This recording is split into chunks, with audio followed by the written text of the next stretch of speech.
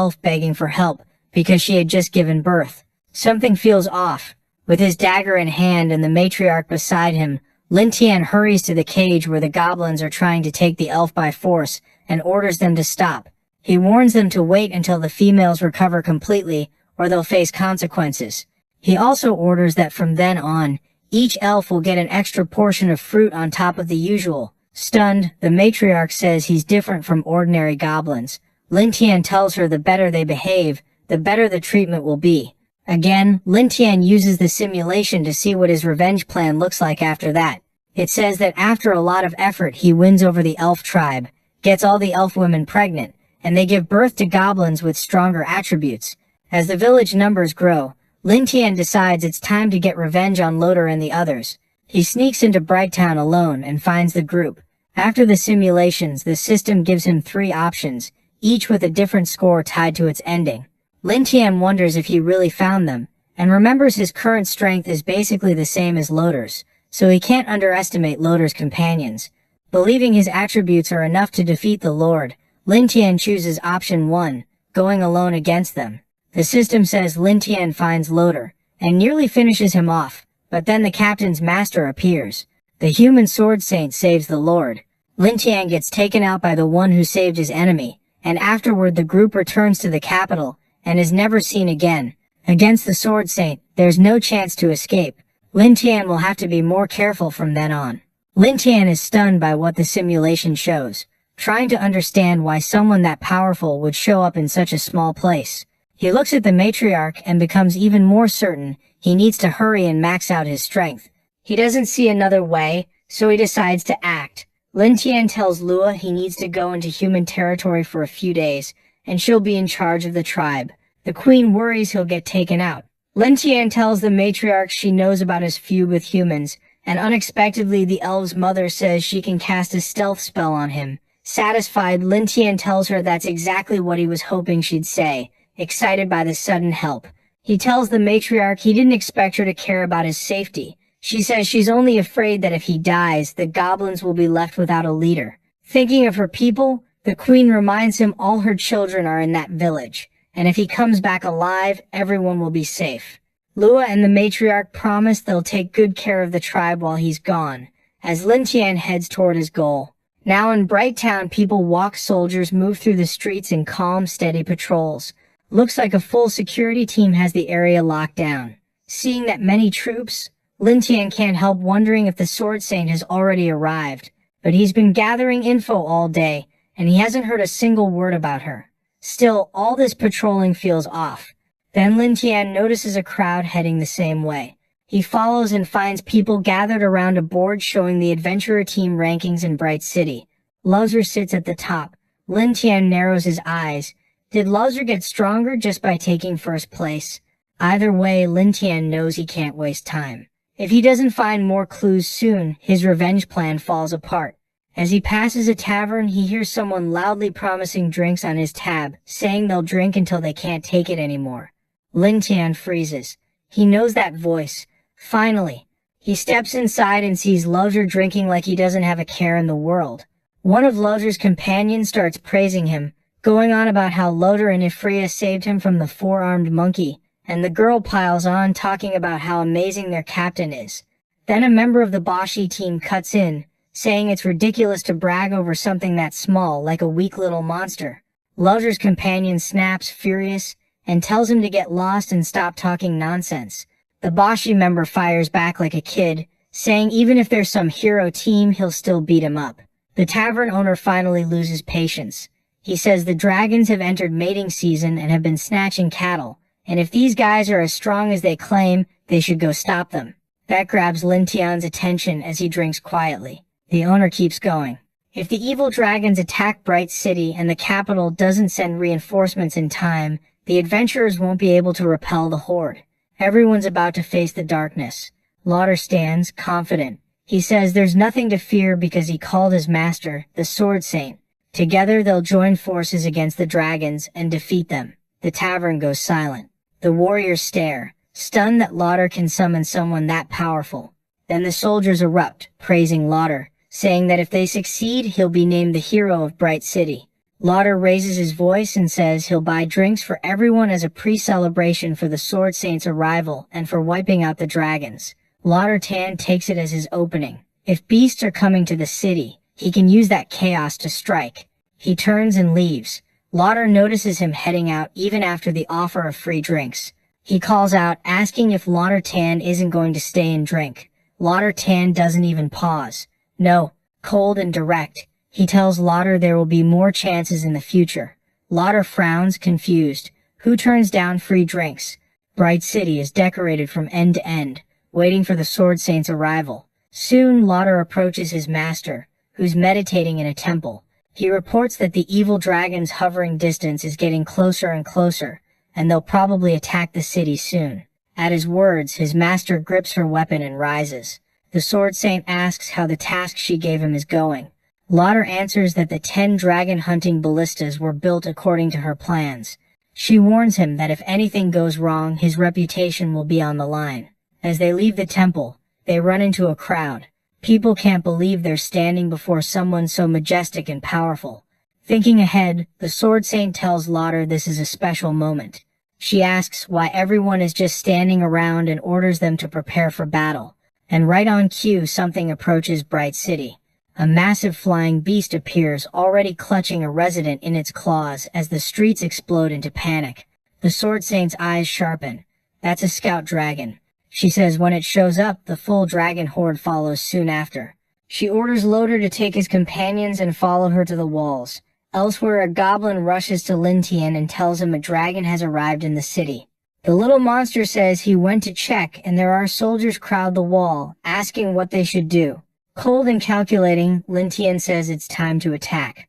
The enemy is almost here, so for now, they wait. Like a true strategist, our protagonist, along with his high-level goblins, decides to enjoy the show. Several dragons fly straight toward the shining city, but a beam of light suddenly slams into one of the flying beasts, right in the wing. Lauder and Ifreya stare, shocked by what those weapons can do. The Sword Saint, after striking the dragon and demonstrating the crossbow, asks a soldier if he understood how to use it. The soldiers ready themselves and fire with the weapons the master provided. The flying beasts start dropping one by one, pierced by the crossbows. The warriors cheer at how effective the weapons are against dragons, but then something else draws every eye. Something terrifyingly powerful approaches the shining city. People collapse, clutching their heads, saying it hurts. Lauder and Ifreya go pale, like they already know what monster is coming. Then the golden-purple mother dragon appears. The soldiers freeze, muttering that those weapons won't be enough to defeat her. Eyes locked on the city, the beast looks furious. The mother of dragons gathers herself and prepares a devastating attack, then blasts flames at the wall. The soldiers with the dragon-killing crossbows break and run, shouting that the city is going to fall. But something unexpected happens. A powerful magic circle appears, and someone tells them not to panic. The saint steps forward and declares she'll fight the mother dragon herself, ordering everyone else to keep defending the city. The master raises her sword and creates a huge protective field. The barrier doesn't just block the mother dragon's attack, it also stops the other beasts from striking the wall. From the top of a mountain, Lin Tian watches, cautious, waiting for the right moment. He isn't surprised the saint can defend the city from the mother dragon's flames, not with her stats. Still, he admires the insane power the massive beast showed, appearing and attacking immediately. Lin Tian checks the Sword Saint's impressive stats, and understands why she erased the mother dragon's attack without trouble. He points out that Lauder's master is seriously powerful, and he feels more at ease knowing he won't need to fight her for his revenge. He says the mother dragon is weaker than the saint, but makes up for it with endurance. Even if the master can land hits with her sword, she won't defeat the beast easily. With the saint tied up fighting the mother dragon, Lin Tian calls it the golden chance he's been waiting for. Determined, he says the moment to get revenge on the human race has finally arrived, and orders the goblins to follow the plan and enter the city. While the capital is being invaded by dragons, no one realizes another danger is closing in. Lauder says the flying beasts are hard to deal with, but he has to thank his master's teachings. Thanks to his teacher, the captain says he's now a dragon slayer. Then, to Lauder's surprise, a resident sprints up in a panic, screaming that goblins are invading the city. We see the captain's team still fighting dragons, and Loder insists the little monsters are dumb, but he doesn't believe they're stupid enough to attack the capital. Then another resident comes running, with several goblins right behind her. Seeing the little monsters for himself, the captain realizes he's in trouble. Like a true hero, Loder orders his companions to handle the remaining dragons, while he and Ephraia take out the goblins. A little monster spots the capital's heroes and bolts. Furious, Loder yells for them not to run, but the goblins plan that escape, and just like that, Loder and Ephraia are captured by the little monsters, exactly as Lin Tian intended. The captain's companions shout that they're coming to save him, but they can't get close with so many goblins surrounding them. Then the vengeful Lin Tian appears without the warriors noticing. Right in the middle of the fight, Loder tries to warn them about the danger behind them, but before the warriors can even defend themselves, Lin Tian takes two of them out easily with his super sharp dagger. At that moment, Loder and the Holy Maiden are desperate when they seeing a goblin take down their companions with that kind of agility. Our boy strolls up and sarcastically mocks the two prisoners, saying he can't believe they got captured so easily. Brave and furious at his warriors getting taken out, Loder yells that he's going to finish off all the filthy goblins. Lin Tian kicks the captain and tells him to look around and stop talking nonsense. Then our boy orders the little monsters to take Loder and Ephraia through the sewers and out of the city, while the rest follow him to the walls to wipe out the beast riders. In the middle of a battle against the Dragon Mother, the Sword Saint hears cries for help from the capital and can't believe the goblins chose that moment to attack. Next, that huge shadowy beast mocks Loder's master, saying they're in trouble. Right then, the Dragon Mother and the Sword Saint lock into a relentless fight, showing her power and mocking the Queen of Beasts. Loder's master asks if she's struggling, then slams her with massive force and puts her in a tight spot. Taking control, the Saint says the Dragon Mother is already basically defeated, and wonders if the warriors managed to deal with the dragons and the goblins. Then a huge explosion goes off on the wall. The chaos in the city pulls the Saint's attention, and the Dragon Mother, who was almost going down, says the little monsters showed up at the perfect time. Realizing the Shining City's savior is distracted, the Dragon Queen escapes fast.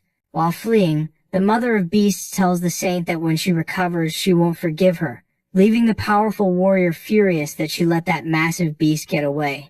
Full of rage at not finishing the Dragon Queen, the Shining City's savior swears that sooner or later she'll go to Dragon Island and finish them all.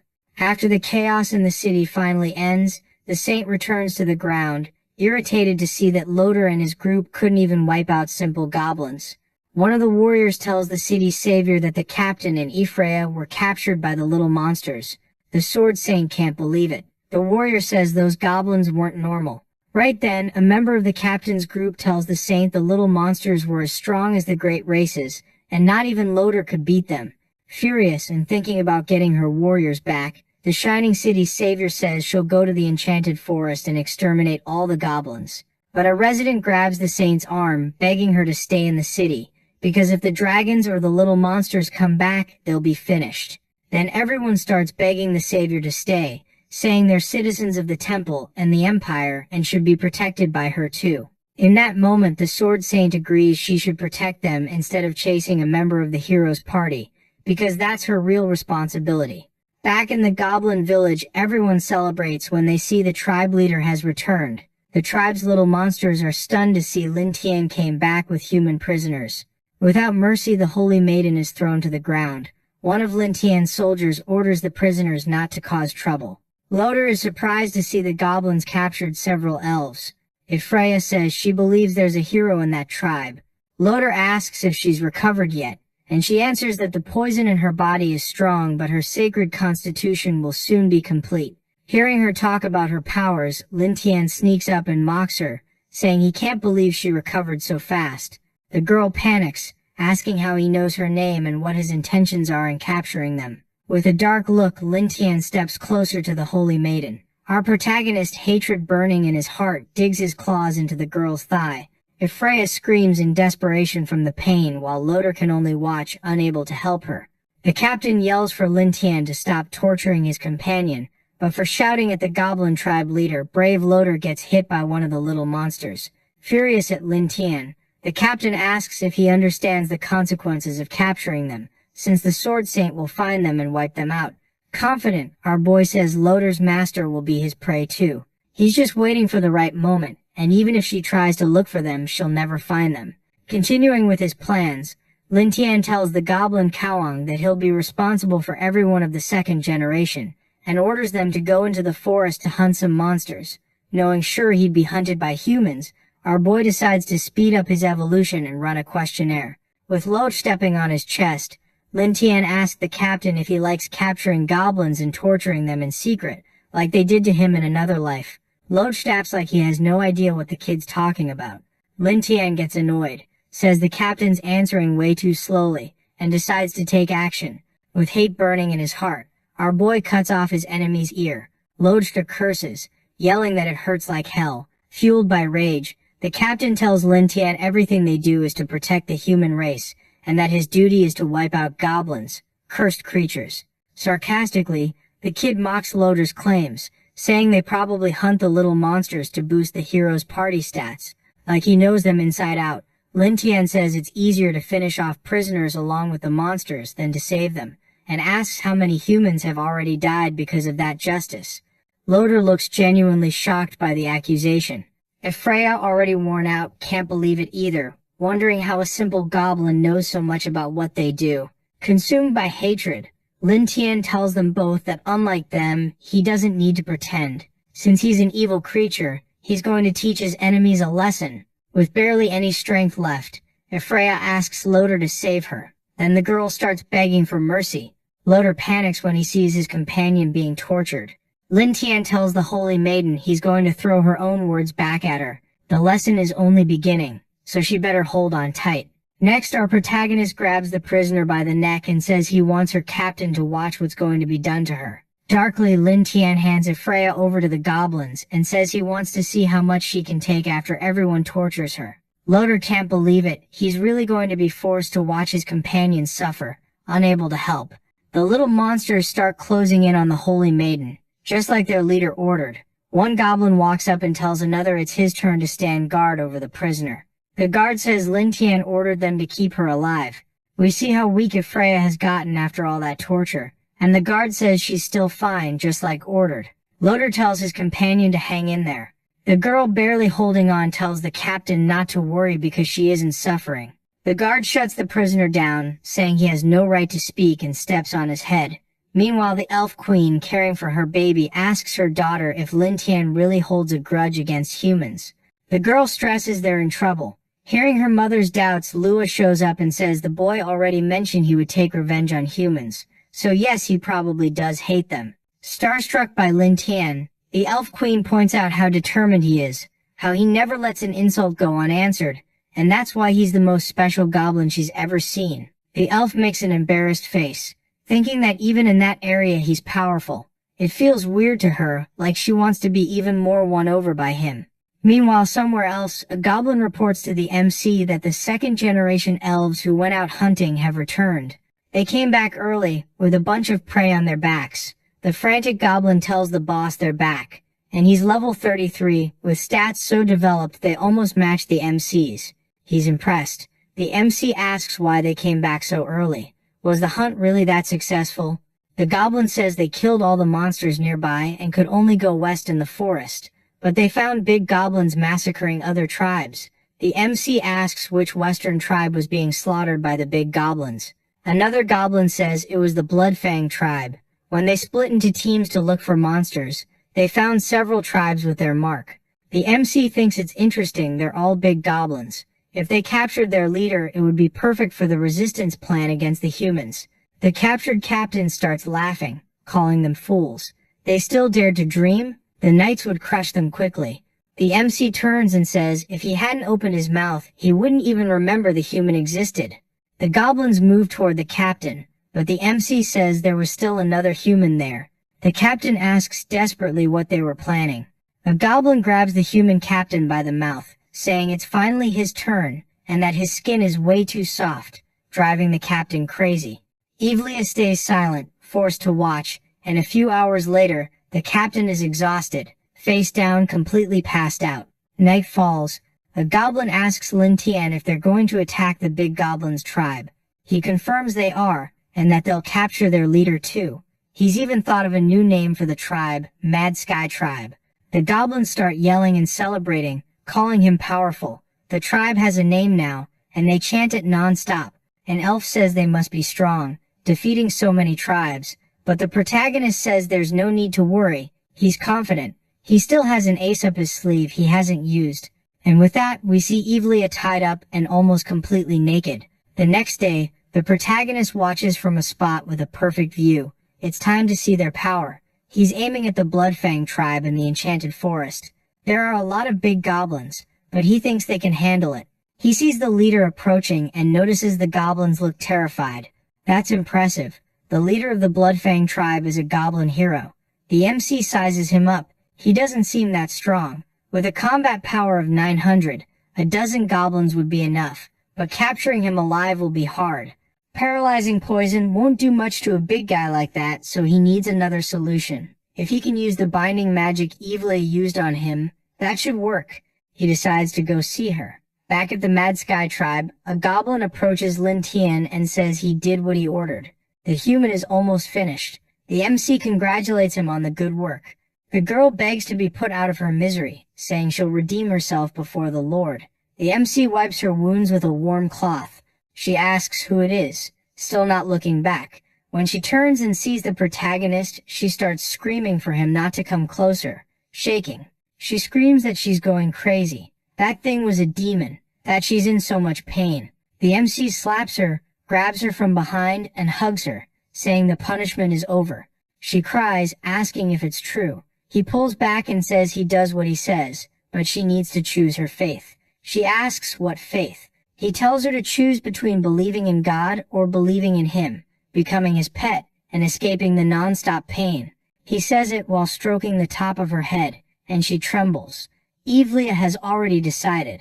The next moment, she takes a deep breath and starts licking the protagonist's fingers. He says, "Very good, Evelia," and caresses her face.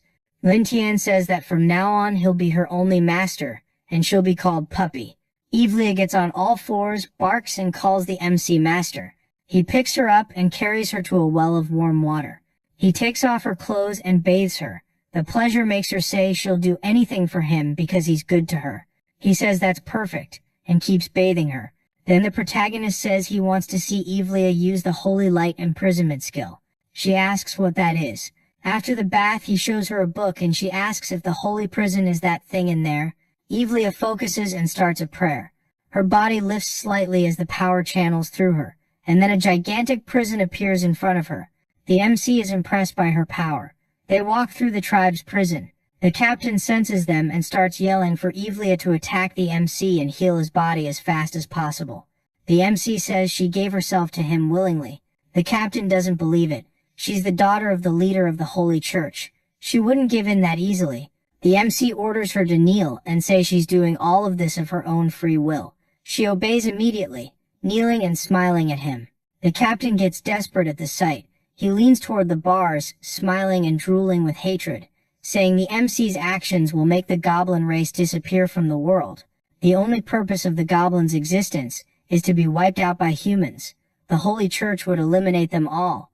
Lin Tian hadn't expected Evelupp's identity to be that, so he thanked the captain for the information and told the goblins to give him a hard time. He called Evelupp and told her to get out of there. Now it was time to handle other business. As they left, the MC said they were going to take control of the Blood Prey tribe. At the tribe's hideout, a goblin reported to the chief that everything was ready, trembling in fear. The chief stood and announced they would attack the tribe to the south, capture all the elves, and have fun with them. The goblins went wild, shouting about their chief's power. Then someone yelled that a goblin had broken in and was looking for the chief. The chief turned, sneering. Where did this lowly goblin come from? The MC stepped forward. He said he was a heroic-level blood prey goblin, with intelligence similar to humans, and he was there to talk. Some goblins muttered that he must be a mutant. He said no, he was just a bit smarter than normal goblins. But there was no time for small talk. He said he was the leader of the Mad Sky tribe, and he was taking their chief with him. The rest of them had two choices, submit or die right there. The chief asked if he was the chief of the tribe that breeds elves. The MC said his genes were good, and told him to come with him. The The hero goblin called him an idiot. He shouted for him to shut up, then grabbed the protagonist's entire head with one hand and lifted him by it, sneering that he hadn't expected him to come straight to him. Once he finished off the MC, the whole tribe would be his. The goblins roared for their chief to crush him. The MC didn't even flinch. He said talking was pointless. If he didn't want to capture the living Bloodfang tribe chief, he would have already finished him. With a flipping strike, the protagonist sliced the goblin's hand off. The chief screamed in despair, crashed to the ground, clutched his arm, and ordered his underlings to destroy the protagonist. The goblins rushed in to avenge him. Lin Tian snapped his fingers. "Come out now." A knife punched through a Bloodfang goblin's chest. Mad Sky goblins shimmered into view, emerging from their invisibility skill. The enemy goblins shouted, asking how they could appear without making any noise. The MC's servant answered, "Silent steps." Then he yelled for them to wipe out all the Blood Prey tribe goblins. That was the chief's order. Panic spread. Warrior goblins were everywhere. Everyone had walked into the MC's trap. He'd used the negotiations to keep their eyes on him and leave them exposed. The goblins were no match for the chief, so he tried to run. Even as he fled, he screamed that he had to kill the MC first, then charged back in to punch him. The MC stood with his arms crossed and only said one word, "Evilea."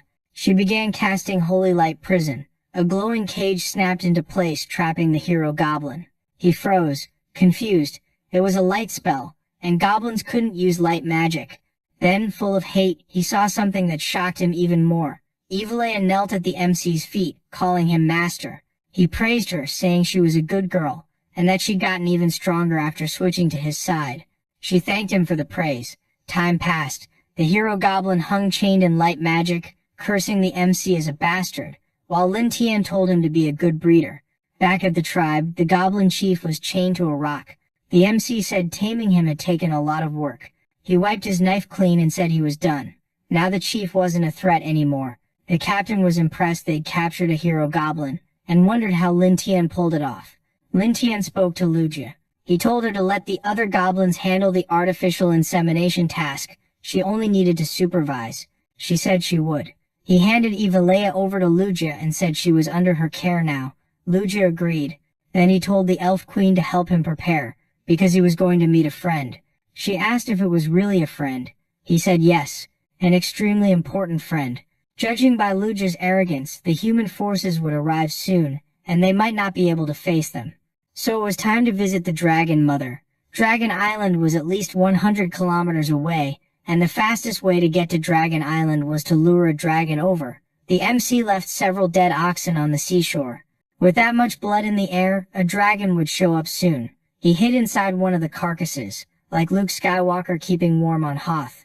The dragon swoops in, grabs the oxen in its claws, and takes off at full speed toward Dragon Island. When it arrives, it drops the oxen into a hole. They slam into the ground. Somehow the MC doesn't turn into ground meat from the fall. He crawls out of the carcass and realizes the dragons don't hunt just for themselves. Now he just needs to find the Dragon Mother. Something speaks from behind him about something weird mixed in with the food, and it freaks him out. A purple dragon steps forward and says she recognizes him. He was the goblin boss who attacked the Tribe of Light the other day. Why was he sneaking around on her territory? Did he think she couldn't eat him? The MC tells her to wait. He wants to propose a deal. The dragon finds that interesting. A little goblin offering her a deal, and she starts transforming into her human form. The female dragon says if it's something nice, she might decide not to eat him. He tells her she wants revenge on the Sword Saint too, so he proposes an alliance as payback for him freeing her the other day. The dragon's impressed that someone so inferior would dare go up against the Sword Saint. It makes her curious. She's almost twice his size, stands next to him, and asks how he plans to defeat that woman. He says it's simple. Send her dragons to harass the Village of Light every now and then. She asks about them. What would the goblins do? What can a bunch of little goblins do to challenge that crazy woman? What's his plan? She lifts a finger under his chin and says facing the Sword Saint head-on won't work. He says they have to attack her mind. Breaking her spirit is the best way to defeat her. The Dragon Mother laughs and says she gets it. Using the goblins to wreck things without losing any of her soldiers sounds way too perfect. The protagonist asks if they have a deal. She says yes, and admits she didn't expect to meet a goblin as clever as him. The more she looks at him, the more she likes him. She licks her lips and asks if she should give him a little reward. The MC freezes, realizing female dragons are in mating season. The dragon mother also realizes his body is way too small for her. Since that's the case, she'll give him another reward first. She looks ahead and asks which one she should choose. Back at the Crazy Sky tribe, Loader is crucified in the middle of the tribe, with heavily armed goblins nearby. He's been there so long and the guard still hasn't come to rescue him. If he doesn't escape soon, he's going to lose it. But he has no idea how to get out. He remembers goblins aren't very tall. If he could reach a higher spot, maybe he'd have a chance. Then he sees something that terrifies him. A dragon. A flying dragon. He screams at the goblins to let him go, fast, because he doesn't want to get burned by dragon breath. The goblins panic too. One elf asks how it got there, and another says there's someone on its back. The dragon lands in front of them all. Sitting on top is none other than the protagonist. He steps down, pulls back his hood, and says he's back. The goblins stare, stunned. He tells the dragon to rest right there and not leave. The goblins erupt, shouting that Lin Tian is way too incredible, celebrating with huge joy. Loader is dumbfounded. Is he really a goblin? He prays the Order of Knights comes to save him soon. In the City of Light, several knights approach the city center. They bow before the Sword Saint, but she says time is running out, and they shouldn't worry about formalities. It's time to put together a rescue plan as fast as possible. The system warns the MC he's entering a new storyline and has 3 options. Keep killing monsters, create more goblins, or fast forward a month. He realizes the third option means the Sword Saint won't attack him during that period, so he chooses it. He'll get 20 points. The system starts speeding up time and says the corrupted forest no longer gave him any experience points. He'd gotten 20 points, and the reward was 20 times his life score. Time jumped forward by a month. The protagonist woke up and the system informed him the time skip was over. He got out of bed, still thinking how weird it felt for time to just pass like that. The system congratulated him for reaching level 50 and earning a total score of 1000. His stats had risen a lot, but his overall strength hadn't. Lua burst into his room, yelling that all the newborn goblins didn't make it. It completely wrecked him. He ran out with the goblin woman. The elves were holding the babies who'd already passed on, crying over their bodies. The protagonist asked how it happened. He grabbed an elf and asked if anything had happened. She said she didn't know what went wrong. Only 3 newborns were left, and they were terribly weak. Louder started laughing, calling the goblins brainless idiots for thinking they could raise a powerful generation. The protagonist said it sounded like he knew why the newborns were lost. Louder said the higher a goblin's level, the harder it was for the pups to survive. He couldn't rule the world with a reproduction skill. The MC thanked Louder again for the valuable information, even if it came way too late. He turned his back and told the goblins he was all theirs, but they shouldn't finish him off too fast. The goblins thanked him for that.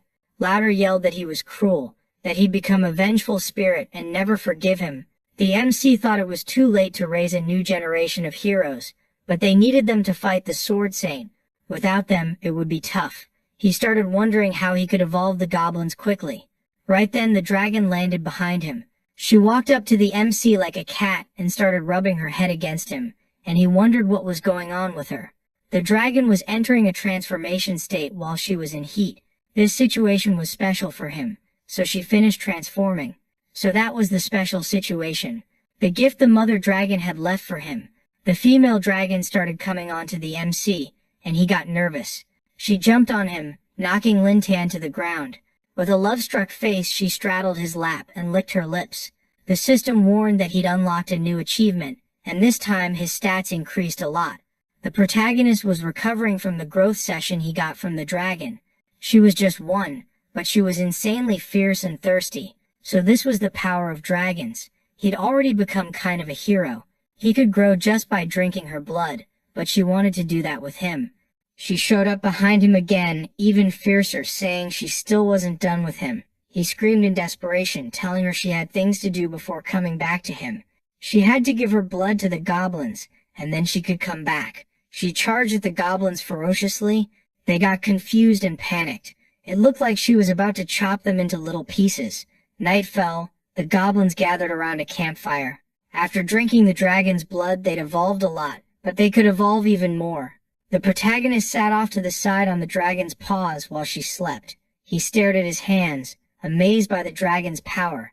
Not just him either. Every other goblin had evolved into the hero class too. Still, their overall power was a bit below what he expected. It was time to get some gear. He told the system to open the shop.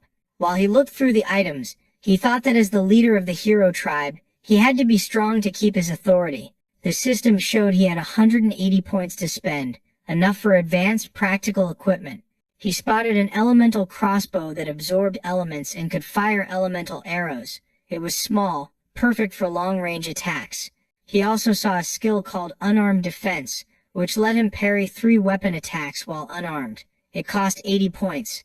The skill was powerful, the kind that could save his life in a showdown with the Sword Saint. He decided to buy both. The system said the exchange was completed successfully, and both the item and the skill were in his inventory. The MC wondered out loud how these weapons would work in battle. He wanted to test them on someone right away. Then he saw Loader and called out to him. Loader wore a desperate look, already imagining what this was about. The protagonist told him he was the perfect candidate.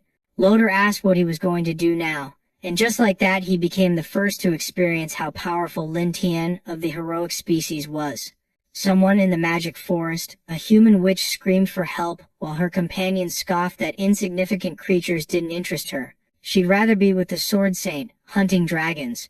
A third adventurer said the mother of dragons was way too big a problem anyway, and this job was easy. He finished by saying they shouldn't waste the chance Loader had given them to earn glory. The witch noticed something up ahead and warned the others. They readied for battle. A giant spider dropped in front of them, and the fight began, even though the little witch was terrified of spiders. The archer loosed a perfect shot straight into the monster's head and shrugged. It was just a level 3 bug. No need to make such a big deal out of it. The warrior told them to wait. Something else was coming. A giant goblin charged in. A heroic species one. They muttered that he looked like the leader. Pretty easy to find, actually.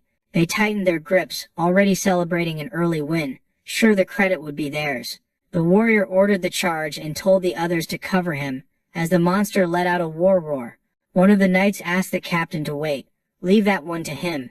They'd beaten several goblins on the way, but this would be his first heroic species kill. The captain agreed and told him to finish it quickly. The knight